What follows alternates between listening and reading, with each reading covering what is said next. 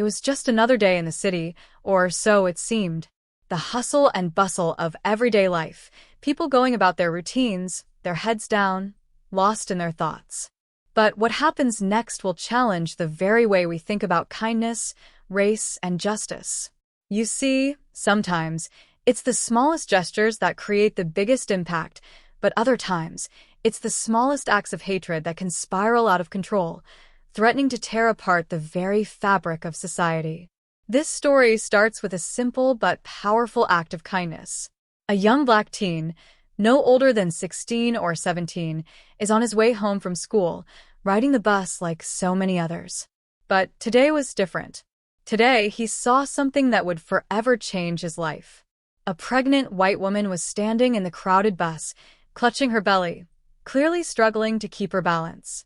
Without a second thought, this teen stood up and offered her his seat. It wasn't something out of the ordinary, just an act of compassion that too often goes unnoticed. But what happened next was extraordinary. The woman, deeply moved, handed him a note as she took her seat. Little did he know that note would change his life forever. While this act of kindness set the stage for something bigger, it was just one part of a story that would unfold in the most unexpected way. Across the city, a call had come in. An emergency. A black paramedic, a dedicated man who had been saving lives for years, was racing to the scene in his ambulance. He was focused on one thing: getting the patient to the hospital as quickly and safely as possible. But what he didn't know, what no one could have predicted, was that this was going to be a day unlike any other. The paramedic, unaware of the chaos about to unfold, was simply doing his job when he was pulled over by a police officer. The officer's mood was already tense, and what happened next would send shockwaves through the community. Without reason, the officer approached the ambulance and punched the paramedic, escalating the situation in a way that no one could have foreseen. The twist? The officer had no idea that the paramedic's son, the same teen who had just given up his seat to the pregnant woman on the bus, was lying in the back of that ambulance, desperately needing help. The tension in the air thickened as the story began to unfold in ways no one could have expected. How could the officer not know? What was the reason for his unprovoked violence? Was it simply because of the paramedic's skin color, or was something deeper at play? The scene was chaotic, but the real question lingered in the air. Would this innocent act of kindness by a young black teen be overshadowed by violence and injustice?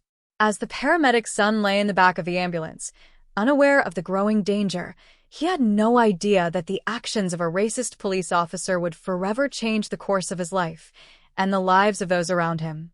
But that wasn't all. It was the note given to the teen earlier on the bus that would soon come back into play, unlocking a chain of events no one could have predicted. This is a story of race, justice, and the incredible power of kindness in the face of adversity. As we move deeper into this story, you'll see how everything is connected, how one small act of kindness on a bus set in motion a series of events that would lead to one of the most heartbreaking and eye-opening moments of the teen's life. Will justice prevail? Will the teen ever get the chance to truly understand the impact of his actions? Stay tuned for the next part of the story, where the shocking truth about the paramedic, his son, and the racist officer will be revealed, and you'll see how a single moment of kindness can change everything, even in the face of the most painful obstacles. The moments before the punch felt surreal to the paramedic. His name was Marcus Williams, and he had been a first responder for nearly a decade. He'd seen it all: accidents, fires, heart attacks, and everything in between. He'd saved lives, held hands through the worst of moments, and comforted the grieving. But nothing prepared him for what would happen that day. Marcus had been called to an emergency, a serious car crash just outside the city. As he drove through the busy streets in the ambulance, his mind was focused on one thing: getting to the scene as quickly as possible. He glanced in the rearview mirror, checking on his young son, Trey, who had been in the back with him that day. Trey was recovering from a mild concussion from a fall, and Marcus thought it would be okay to bring him along for the ride, as long as he stayed in the back, out of harm's way. He was doing better, but still, Marcus wasn't completely sure he was ready to be back out. Yet he'd been called to duty, and duty came first. The sounds of sirens and the rush of vehicles all around them created a sense of urgency. The crash was serious, multiple vehicles, victims with critical injuries, and a need for immediate intervention. Marcus' hands gripped the steering wheel tightly as the adrenaline coursed through his body. He glanced at Trey again. The boy had been remarkably quiet, staring out of the window as though trying to escape into his thoughts. They were only a few minutes away when it happened. The ambulance was forced to pull over. Marcus barely had time to react as a squad car quickly followed them, its siren wailing loudly in the otherwise quiet afternoon. The officer, whose name was Detective Ray Collins, was already having a rough day. He had been chasing down leads, facing pressure from higher-ups about the rising crime rates in the city, and dealing with his own internal struggles that had little to do with his job but affected it all the same. When the officer saw the ambulance, he thought he saw an opportunity to exert control over the situation. Without fully understanding what was going on, he assumed the driver of the ambulance was just another person trying to avoid the law. Perhaps the sirens had been turned on just to clear traffic, or maybe the vehicle wasn't even responding to an emergency. He didn't know the paramedic story, didn't know what he had been doing, and certainly didn't know that the person sitting quietly in the back was his own son. Marcus had no time to argue. As soon as the ambulance came to a halt, Collins stepped out of his car with a gruff expression, his hand resting near the holster of his gun. There was something in his eyes, something hardened, perhaps even too quick to judge. "Step out of the vehicle," the officer barked. Marcus was confused, but immediately followed orders. He opened the driver's side door and stepped outside, his mind still focused on the crash ahead and the patients who needed him. "Is there a problem, officer?" he asked, keeping his tone calm. "You don't get to make the decisions here," Collins snapped. "You're supposed to pull over when law enforcement asks. We don't just let ambulances cut through traffic whenever they feel like it." Marcus tried to explain, to tell him that they were responding to a call, but the officer wasn't having it. His words were sharp, filled with the bitterness that Marcus had experienced so many times before. He'd dealt with officers who treated him as less than human because of the color of his skin. But today, things were different. The officer's anger seemed misplaced, disconnected from the situation at hand. "You're in a rush to save someone's life, huh?" Collins said, his voice dripping with sarcasm. "What if you're just trying to avoid getting caught speeding?" He stepped closer, invading Marcus's personal space. Marcus' patience was wearing thin, but he had learned over the years that engaging in a power struggle with someone in uniform usually wasn't worth the risk. But the officer wasn't backing down. And before Marcus could react, Collins raised his fist and struck him hard in the chest, knocking him backward against the side of the ambulance. The sudden impact left Marcus stunned.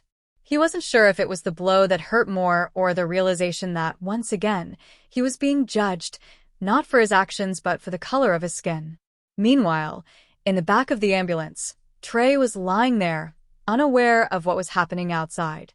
He had fallen asleep shortly after they'd left the house. But the noise from the altercation had begun to seep in through the thin walls. Trey's heart raced. He woke up trying to understand what was going on. The thought that his father might be in trouble never crossed his mind, but there was a strange sense of panic in the air. He listened closely. The sounds of raised voices. The sharpness of the words.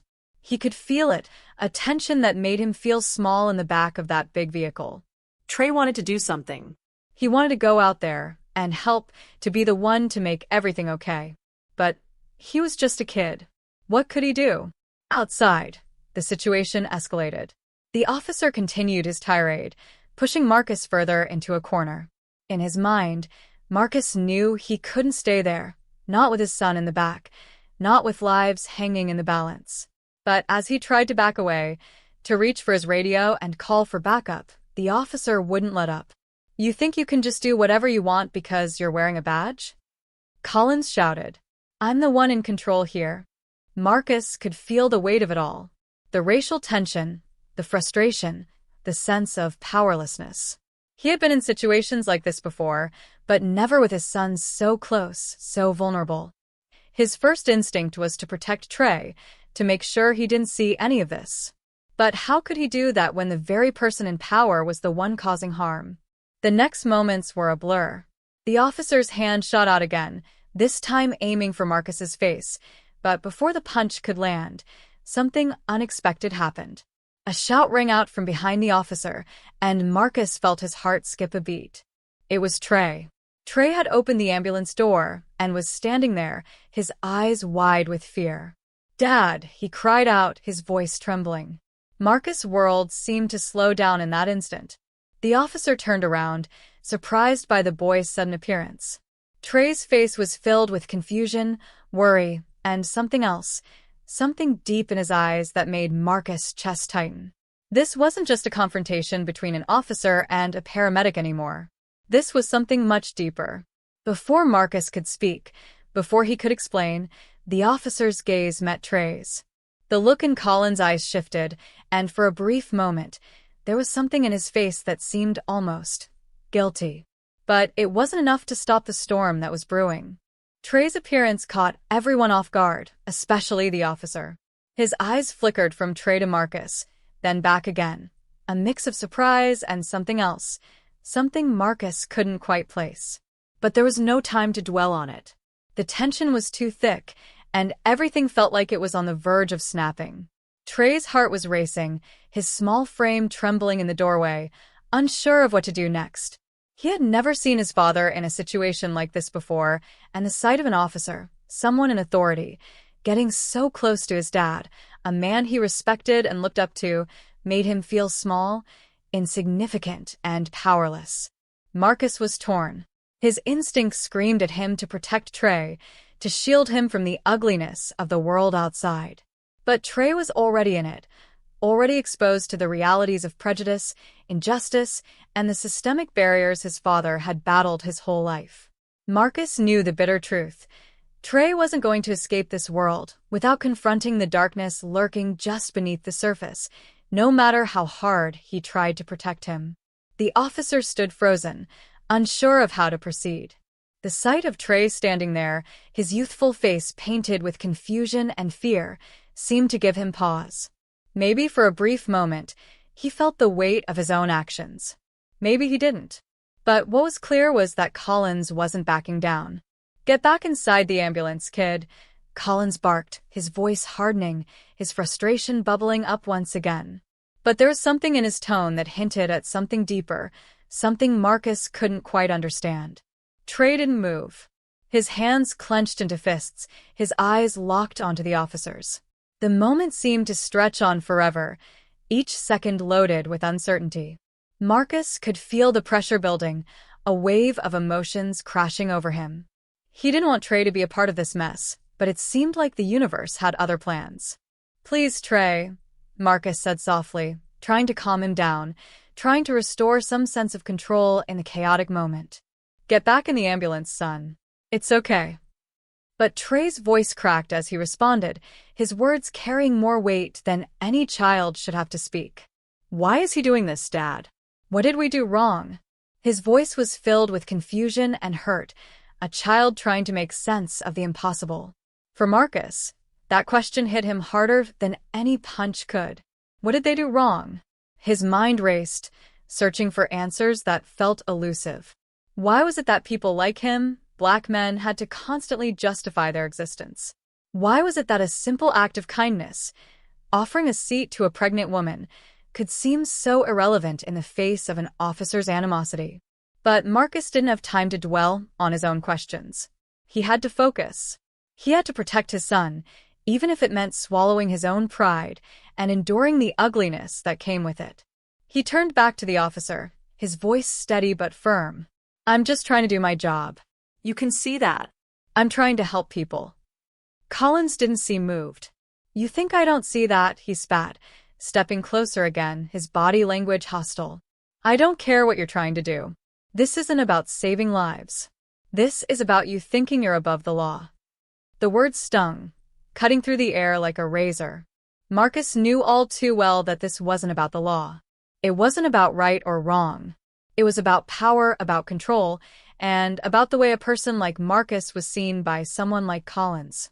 The officer's words weren't just an accusation. They were a reminder of the systemic hatred that existed in places Marcus never thought it would show its ugly face. It wasn't just in dark alleys or secret whispers. It was in uniforms, in badges, in institutions that had built themselves on the backs of people like Marcus. The anger bubbled up in Marcus, but he stifled it. He couldn't afford to lose control, not now, not in front of his son. His heart raced, but he held on to the calm that had kept him grounded through years of pressure, years of feeling invisible, of fighting to be seen for who he was, not the color of his skin. "Let's just calm down," Marcus said, his voice firm yet tired. He tried to reason with the officer, to remind him of the emergency at hand. But Collins wasn't having it. The officer's eyes narrowed, and he reached for his radio, his hand shaking slightly as he keyed it in. Meanwhile, Trey stood frozen, feeling small, unsure of how to help. His father, the man who had always been his hero, was vulnerable, something Trey had never imagined. And it made him feel helpless. His hands still clenched into fists, the confusion and anger swirling inside him. He hated seeing his dad treated like this. He hated the injustice, the unfairness of it all. But what could he do?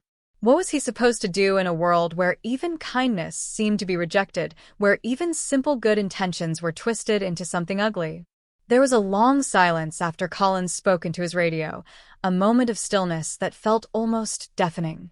The sounds of the city continued around them, the faint hum of traffic, the distant wail of sirens, the soft rustling of leaves in the wind, but none of it seemed to matter. All that mattered in that moment was the standoff between Marcus and the officer, the tension that threatened to explode at any second. Trey wanted to speak up, to say something that would make everything better, but the words felt stuck in his throat. He wasn't sure what to say. He wasn't sure if there even was anything to say. "Hey," the officer suddenly said, his voice lower, more controlled now. "Get back in the ambulance and I'll let you go. We're done here." Marcus looked at Trey, his heart heavy with the weight of everything that had just happened. He didn't want to back down, not after everything that had transpired, but he also didn't want to escalate things further. He could feel the pressure of the situation, the expectations, the weight of the world on his shoulders. It was more than just about getting out of this safely. It was about the message it would send to Trey. With a deep breath, Marcus gave a small nod. "Come on, Trey," he said softly, his voice barely above a whisper. "Let's go." But as Trey slowly turned to go back inside the ambulance, the officer's voice stopped him. "One more thing," Collins called out, his tone now shifting again, colder, sharper. "You think you're some kind of hero, don't you? Just another one of those people who thinks they're above the law. But you're not." Trey froze. The words pierced through him like a knife. He had no idea what to say, what to think. He could feel the anger bubbling inside him, the urge to shout, to retaliate. But instead, he did what he knew best. He followed his father's lead, stepping back into the ambulance and closing the door behind him. The silence that followed was deafening. Neither father nor son spoke. Neither of them knew what to say. Neither of them knew how to make sense of the chaos that had just unfolded. But as the ambulance finally pulled away, neither could shake the feeling that this moment, this exchange, had just opened up a new chapter of their lives, a chapter neither of them were ready for. The air in the ambulance felt thick with tension as Marcus and Trey sat in silence. The sounds of the city outside, sirens, the rush of traffic, the distant hum of life going on, seemed distant and muffled as if the world outside had become a different place altogether. Inside the vehicle, Marcus gripped the steering wheel so tightly his knuckles turned white. His mind was racing. He couldn't shake the image of Colin's face, the officer's eyes hard with judgment, filled with an unspoken history that seemed to reach back farther than Marcus could fathom. Trey, sitting beside him, was quiet too, his eyes fixed on the road ahead, though his mind was miles away. He couldn't get the officer's words out of his head. "You think you're a hero, don't you?" Trey had never been one to question the things his father taught him, but in that moment, he felt small. The kindness he'd shown to the pregnant woman, the gesture that had seemed so simple and right, now felt insignificant.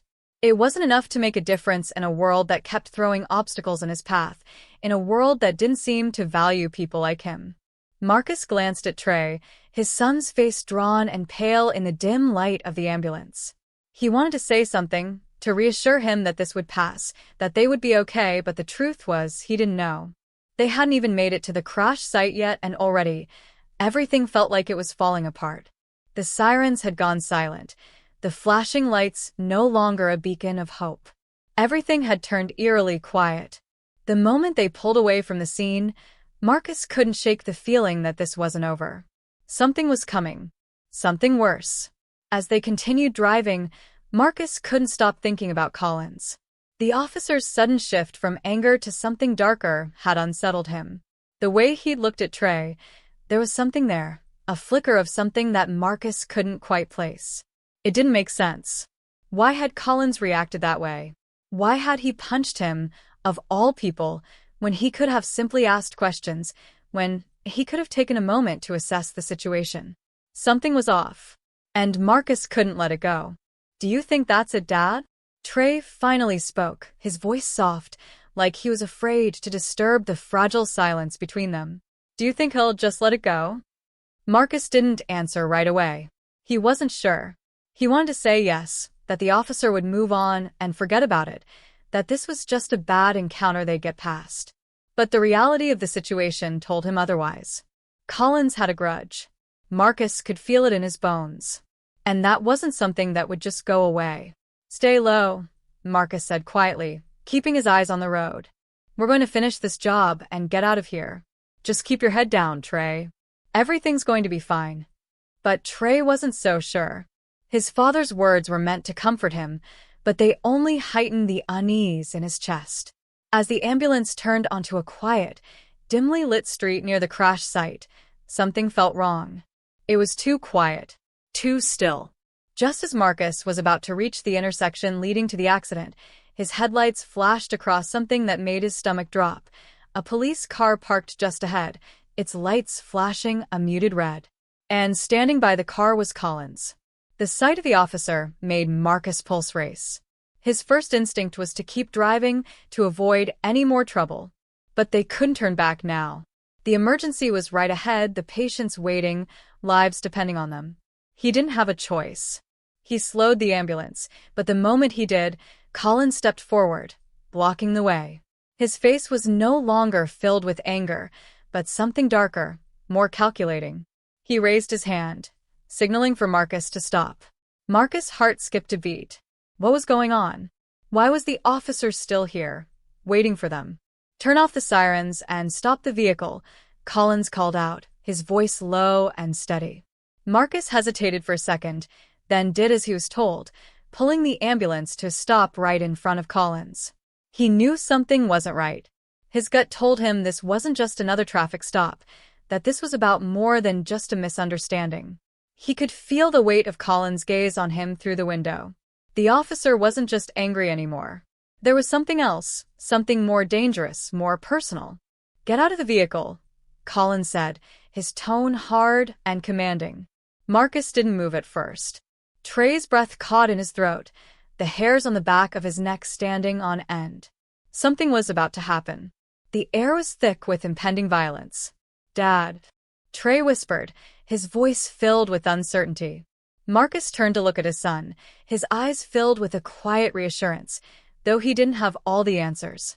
"Stay inside," he said softly, not wanting Trey to see what was coming. But before Marcus could open the door, Collins stepped forward again, his hand on his gun, his eyes filled with a mixture of frustration and determination. "I told you," Collins said, his voice colder now. "You're not above the law." Marcus' stomach churned. He knew what was happening now. This wasn't about the ambulance. This wasn't even about the emergency.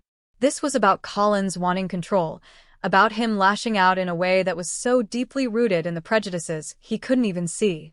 Marcus glanced at the rear-view mirror. Trey was still sitting there, frozen, staring out the window with wide eyes, trying to make sense of everything that was happening. Marcus felt his heart tighten. He needed to protect him, but the officer wasn't backing down. Collins reached for his radio again, this time his hand shaking. "Backup, I need backup," he muttered under his breath. The words sent a wave of dread through Marcus. They were trapped. The backup wasn't just coming to help, they were coming to escalate.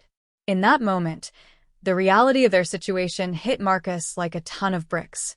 This wasn't just a bad day anymore. This wasn't just a random encounter. This was something much bigger, something more dangerous. It wasn't just about what had happened. It was about what would happen next. Marcus tried to steady his breathing, tried to calm his mind. There had to be a way out. But he couldn't see one. "Please," Trey said again, this time louder. "What's going on, Dad?"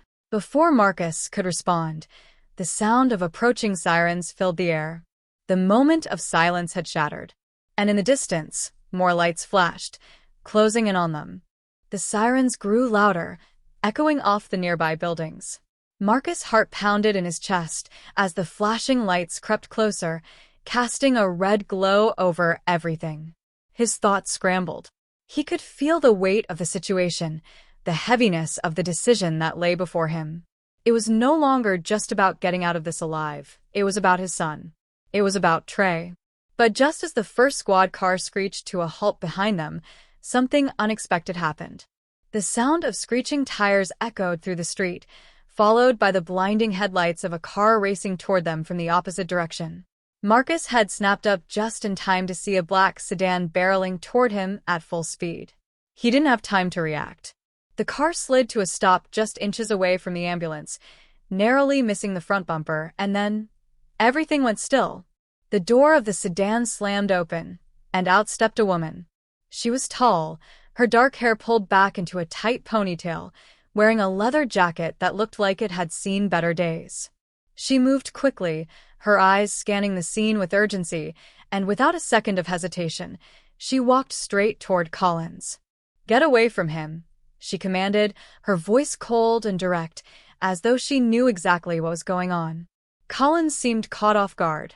For a moment, he looked at the woman, his jaw tightening, before he stepped back, his hand instinctively going to his gun, but not pulling it out. His eyes narrowed, a flicker of confusion crossing his face. "You're not in charge here," he growled, but there was something else in his tone now, something that hinted at fear. The woman didn't flinch. She stood her ground, her posture unwavering. "I know exactly what's going on, Ray. I've been watching you. You're out of line." Ray Collins' eyes widened, his grip tightening on his weapon. "What the hell are you talking about?" he demanded. She didn't respond immediately. Instead, she turned her gaze toward the ambulance, her eyes meeting Marcus for a brief moment, and then moved back to Collins. There was a calmness to her, a confidence, that left Marcus both uneasy and curious. "This isn't just about a traffic stop, is it?" the woman said, her eyes narrowing.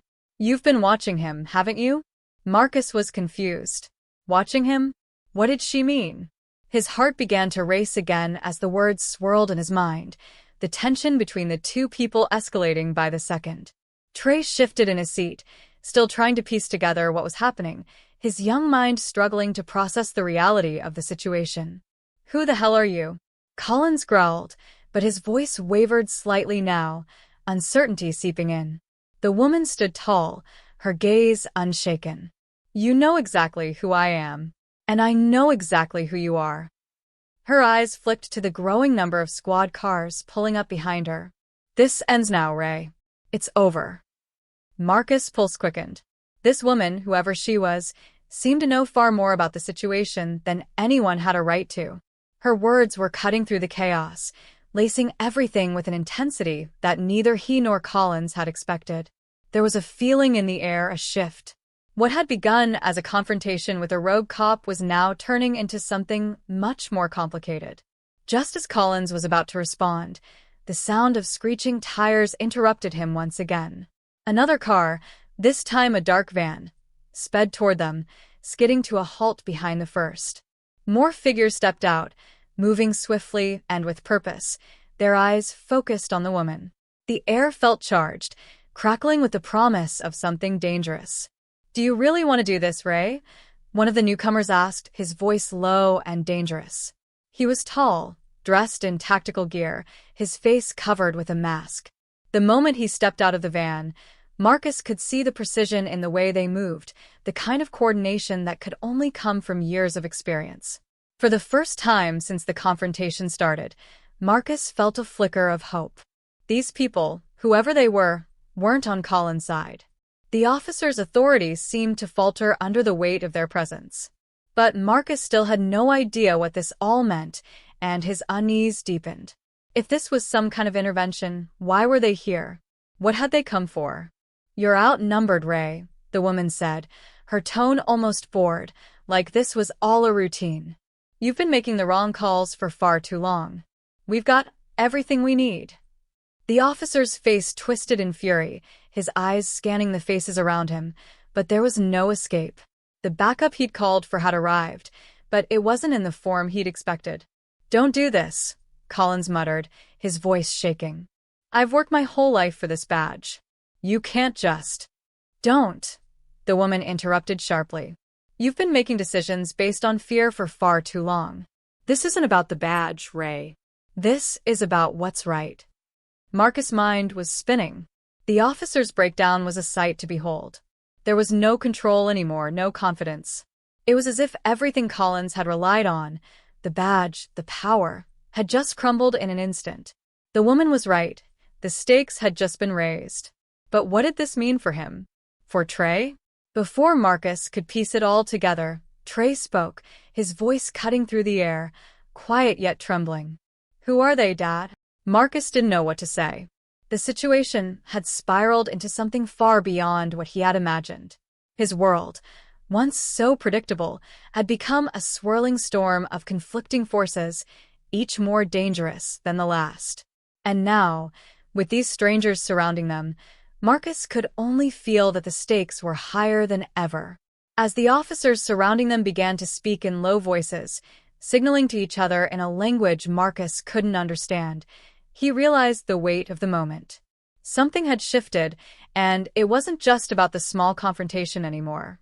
The game had changed. Suddenly, the woman turned to Marcus, locking eyes with him for a brief moment. Her gaze held something he couldn't quite decipher, but he felt it. A warning. She knew more about him than he had ever imagined. And whatever it was that was happening now, he had no way of knowing how deep the rabbit hole went. Everything was about to change, and neither Marcus nor Trey could stop it. The air seemed to crackle with tension as the squad cars surrounded them, the flashing lights casting a disorienting glow across the street. Marcus' mind raced, still struggling to grasp everything that had happened in such a short amount of time. The woman who had intervened. Who was she? What was going on? The chaos felt like it was spiraling out of control, and yet there was something oddly satisfying about seeing Collins lose his grip on the situation. The officers who had come in support of the mysterious woman stood at the ready, their movements calm and practiced, as though they had done this 1,000 times. Collins, now flanked by them, looked like a man backed into a corner, his usual bravado shattered. "Ray, it's over," the woman said again, her voice devoid of any pity. Her eyes were cold, calculating, as she addressed the defeated officer. "You've been on the wrong side of things for too long. Now you'll face the consequences." Colin's face twisted with anger, but there was an underlying fear in his eyes, a realization that he couldn't hide anymore. He had been playing with fire, and now it was burning him. The woman stepped forward, signaling for one of the officers to approach Collins. As they did, Collins' breath hitched. He was trying to stand tall to look like he still had control, but it was clear to everyone that he didn't. "You don't know what you're dealing with," Collins muttered, almost pleading, though his voice lacked conviction. "I've done nothing wrong." The woman shook her head slowly. "You've been hiding behind your badge, Ray. Your actions speak louder than your excuses." For a moment, there was a heavy silence. Marcus, still sitting in the ambulance with Trey, didn't know what to feel. On the one hand, the pressure seemed to be lifting. The officer who had caused so much trouble was now on the verge of being brought to justice. But on the other, the uncertainty of what had just transpired, the sudden arrival of the mysterious woman and her backup, lingered in the air. There was more to this than met the eye. He could feel it. Just as Marcus thought the confrontation was over, the woman turned toward him, her gaze piercing through the chaos, landing squarely on him. For a moment, everything seemed to slow. She walked up to the ambulance, her expression unreadable, and with a calm that sent a chill down Marcus' spine. She opened the door. "Trey," she said, addressing his son, "come with me." Trey froze, his eyes wide with confusion and fear. "What do you mean?" he asked, his voice trembling. The woman looked at him with a somber expression. "I know this is hard to understand, but we don't have much time. There are things you need to know. About your father. About your future." Marcus felt a jolt of panic. "Trey, stay inside." Don't. But the woman's hand was already on Trey's shoulder, guiding him out of the vehicle with a forcefulness that couldn't be ignored. "Trust me, Marcus," she said, her tone soft but insistent. "This is for the best." The moment the door swung open, Trey took a hesitant step forward. His eyes darted between Marcus and the woman, clearly torn. But something in the woman's demeanor, the way she held herself, made him feel like he could trust her, even if he didn't fully understand why. Trey took another step, then another, until he was standing beside the woman. He didn't look back at his father, he couldn't. The uncertainty in his eyes, the confusion, made it clear that he was no longer sure of anything. He just followed the woman's lead, his heart pounding in his chest. Marcus' breath caught in his throat. His son was walking away, and he couldn't stop it. But deep down, he knew that something larger than both of them was unfolding right before their eyes. As the woman and Trey moved toward the group of officers, Marcus stood frozen, watching them disappear into the crowd. He felt an overwhelming sense of loss, as if something important was slipping through his fingers. Collins, now restrained by the officers, turned to the woman one last time. "You think you've won?" he spat. "You think any of this changes anything?" The woman didn't respond at first. She simply stared at him, her face calm, but her eyes cold. "No," she said after a long pause. "But it's time for the truth to come out. All of it." Suddenly, something clicked in Marcus' mind. The pieces began to fall into place. This wasn't just about an officer who had crossed the line. This wasn't just about a bad encounter. It was about something much bigger. Something that involved him and Trey in ways he couldn't have imagined. He felt a chill run down his spine as the woman's words echoed in his ears. The truth. What truth? What was she talking about? Before he could ask, the woman pulled out an envelope from inside her jacket and handed it to Marcus. "This is for you," she said quietly. "It explains everything." Marcus took the envelope, his hands trembling as he opened it. Inside was a letter, along with a series of photographs, some of them taken years ago. His mind raced as he scanned the images, his heart skipping a beat when he saw the faces staring back at him. It was him, but it was also someone else. Someone he didn't recognize. The letter was short, written in neat, precise handwriting. "Marcus, the past you've been running from is about to catch up with you. Everything you think you know is about to change. Trey's future is more connected to this than you realize. Don't trust the people around you. Follow the truth, and you'll find the answers you need." As Marcus read the words, his thoughts spiraled out of control. What was happening? Who had sent this? And what did it all mean for Trey? Before he could process any more, the woman turned and walked away, leaving Marcus standing there, staring at the envelope in his hands. The world around him had shifted in ways he hadn't thought possible, and now, with his son's future hanging in the balance, the answers were just out of reach. The woman had given him a choice, but it was a choice he didn't fully understand yet. And as he looked at Trey, who was now being escorted toward the van, Marcus knew one thing for certain. This was just the beginning. Marcus stood frozen, the envelope clutched tightly in his hands, his mind still reeling from the letter and the cryptic words the woman had left with him. Trey was already being ushered away, the officers moving around him like they were part of a well-rehearsed routine. The air, once thick with tension and fear, now felt heavy with the weight of unanswered questions. He glanced down at the envelope again, his heart pounding. The words on the paper seemed to mock him. "The past you've been running from is about to catch up with you." What past? And how is Trey involved in all of this? His thoughts were racing, each question building on the last. He needed answers.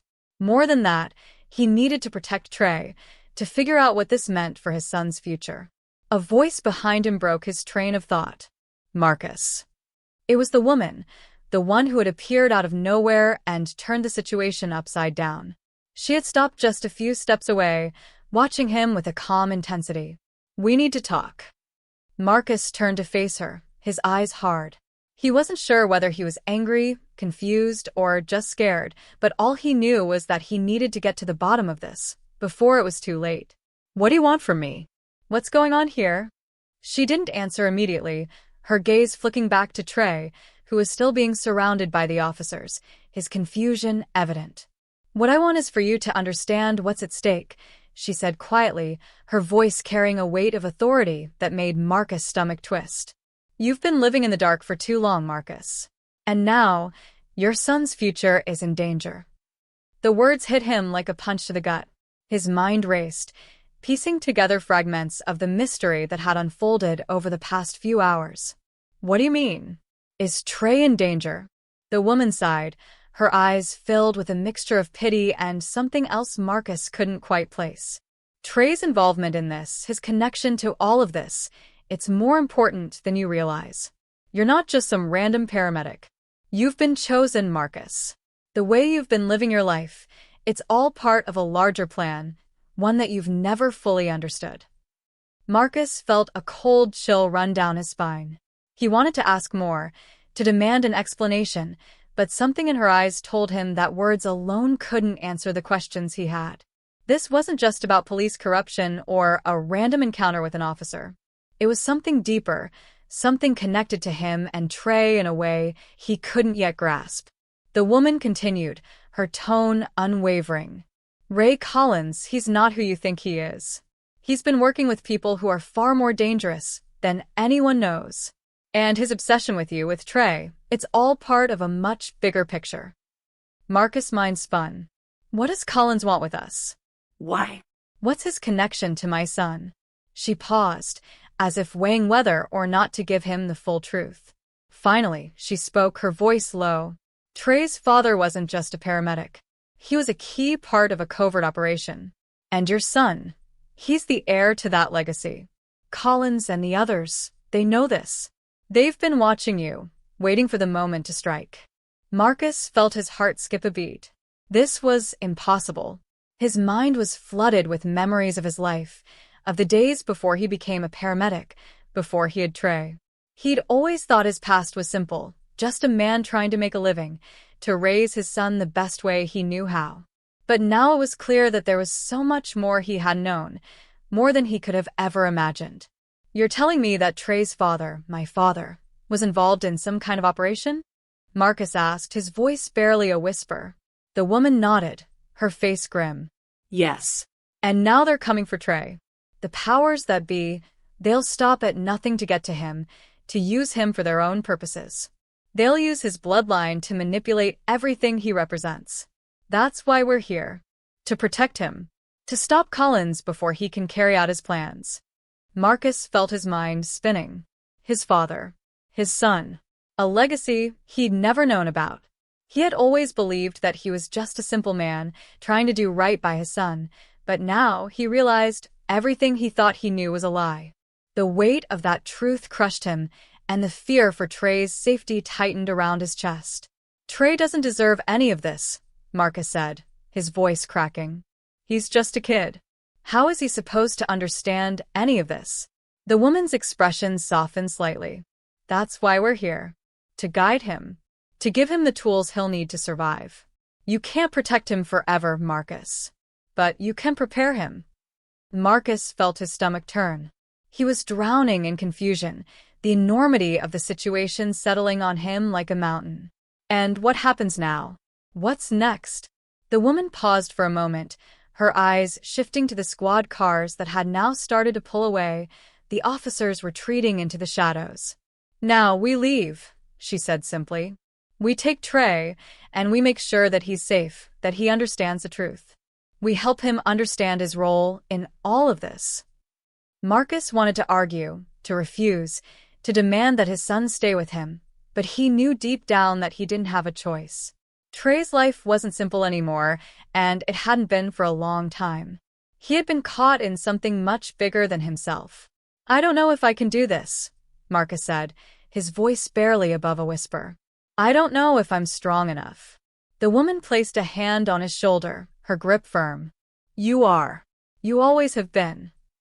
With that, she turned and walked toward Trey, who was standing by the van now, looking up at the woman with wide eyes.